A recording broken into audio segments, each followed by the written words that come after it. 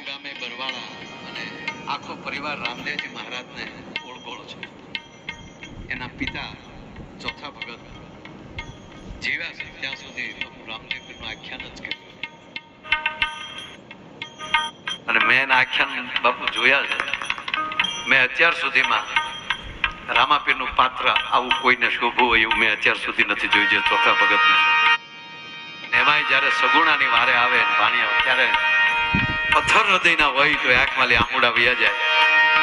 રામદેવજી મહારાજ કેમ અત્યારે આપણે દાખલા તરીકે રામાયણના પાત્રો લઈએ બાપુ, ભીષ્મ કેવા હોય, મહાભારતનું પાત્ર લઈએ કે મુકેશ ખન્ના જેવો હોય. મુકેશ ખન્નાને યાદ કરીએ એટલે ભીષ્મ યાદ આવે, અરવિંદભાઈને યાદ કરીએ એટલે લંકેશ જ યાદ આવે. એમ હું હકીકત કહું, હું રામદેવજીને યાદ કરું એટલે મને ચોથા ભગત યાદ આવે. આ ચોથા ભગત જે પાત્ર લેતા એમનો દીકરો વિપુલ મકવાણા એ બેન્જોમાં સંગત આપે છે. આના બે દીકરા રામદેવ વિરમદેવ થાય ના હજી રમે જ છે આખ્યાન એવું. એકવાર મારા ગામમાં આખ્યાન રાખ્યું.